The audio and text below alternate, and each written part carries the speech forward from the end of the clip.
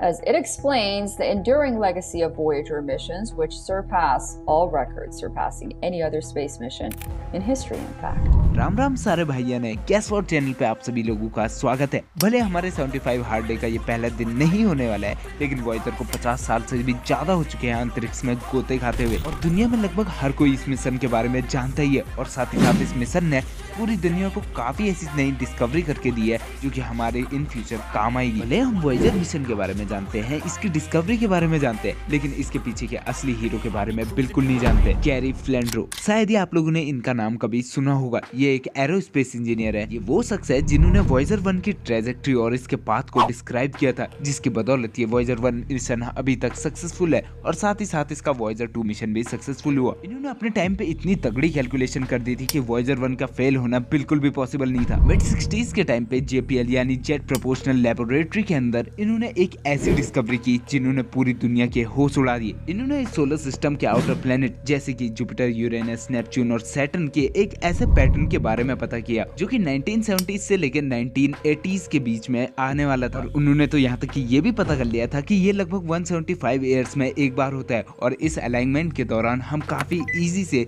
यानी gravitational assist की मदद से एक प्लेनेट से दूसरे प्लेनेट जा सकते हैं। और अगर बात हो रही है वॉयेजर जैसे मिशन के बारे में, तो भैया ऐसी अपॉर्चुनिटी मिलना काफी ज्यादा मुश्किल होता है। अगर आप लोगों को ग्रेविटेशनल असिस्ट या फिर स्लिंगशॉट इफेक्ट के बारे में नहीं पता है, तो ये काफी ज्यादा सिंपल है। इसमें क्या होता है कि जब एक प्लेनेट के पास कोई भी एयरक्राफ्ट जाता है, वो उसकी ग्रेविटी के अंदर जैसे ही एंटर करता है, उसकी वेलोसिटी बढ़ जाती है। जो ये एक्स्ट्रा वेलोसिटी इन्हें मिली रहती है, इसकी मदद से ये आगे वाले प्लेनेट की तरफ अप्रोच करता है। और अगर आप लोग थोड़ी बहुत और कैलकुलेशन कर लो, तो इंजीनियर इसकी मदद से काफी दूर दूर तक एक एयरक्राफ्ट को पहुंचा सकते हैं, और वो भी काफी कम फ्यूल के कंजप्शन के साथ। अब फ्लेंड्रो तो जानते थे कि ये अलाइनमेंट काफी ज्यादा इंपॉर्टेंट है, तो इसकी इंपॉर्टेंस को मद्देनजर रखते हुए उन्होंने एक मिशन प्रपोज किया जिसका नाम था ग्रैंड टूर मिशन। इस मिशन के अंदर एक रॉकेट को लॉन्च किया जाना था जो कि हर एक प्लेनेट को पास करने के बाद सोलर सिस्टम से बाहर निकल जाएगा। वो भी यूज करेगा ग्रेविटेशनल असिस्ट का, और जिस टाइम पे ये हर एक प्लेनेट को क्रॉस करेगा, उस टाइम वो रॉकेट इंफॉर्मेशन भी लेगा उस प्लेनेट के बारे में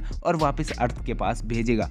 अब सब लोग ये तो जानते थे कि ये मिशन काफी ज्यादा इंपॉर्टेंट होने वाला है, और साथ ही साथ हमें काफी सारे नए प्लेनेट के बारे में नई नई चीजें भी पता लगेगी। अब इस अलाइनमेंट के काफी ज्यादा फायदे थे। जहां हमें हर एक प्लेनेट को इंडिविजुअली टारगेट करना था, उससे अच्छा तो यही है कि एक ही बार में हम सारे प्लेनेट को क्रॉस करते रहे, वो भी एक कैलकुलेशन पे। और दूसरा इसका काफी ज्यादा इंपॉर्टेंट फायदा ये था कि इसमें फ्यूल काफी कम यूज हो रहा था, और उस टाइम पे जितनी भी टेक्नोलॉजी अवेलेबल थी उस रेट पे तो हम इसे आसानी से कर सकते थे। लेकिन जितने इसके फायदे आप लोगों को दिख रहे हैं, उतने नुकसान भी थे। अगर हमें इस अलाइनमेंट से असली में फायदा उठाना है, तो सबसे इंपॉर्टेंट चीज है इसमें कैलकुलेशन, क्योंकि हर एक प्लेनेट पे किस टाइम पे पहुंचेगा और कैसी ट्रेजेक्ट्री पे पहुंचेगा, ये सब कुछ हमें डिसाइड करना था। और अगर एक बार भी थोड़ी सी भी छोटी सी मतलब माइनर सी भी अगर कोई गलती हो जाए, तो ये मिशन पूरा फेल हो सकता था। तकनीकी खराबी हो सकती थी, लेकिन इसको भी अगर आप लोग इग्नोर कर दें, तो इसके अलावा एक और इसमें दिक्कत थी, वो की थी कम्युनिकेशन की। क्योंकि हमें एक कंट्री से दूसरी कंट्री में बात तो करनी है नहीं, यानी हमें काफी दूर दूर बात करनी है।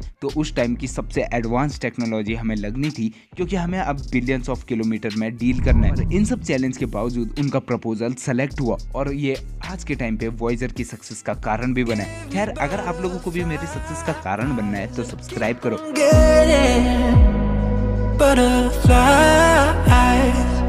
I still fall in love with you every time I see your eyes.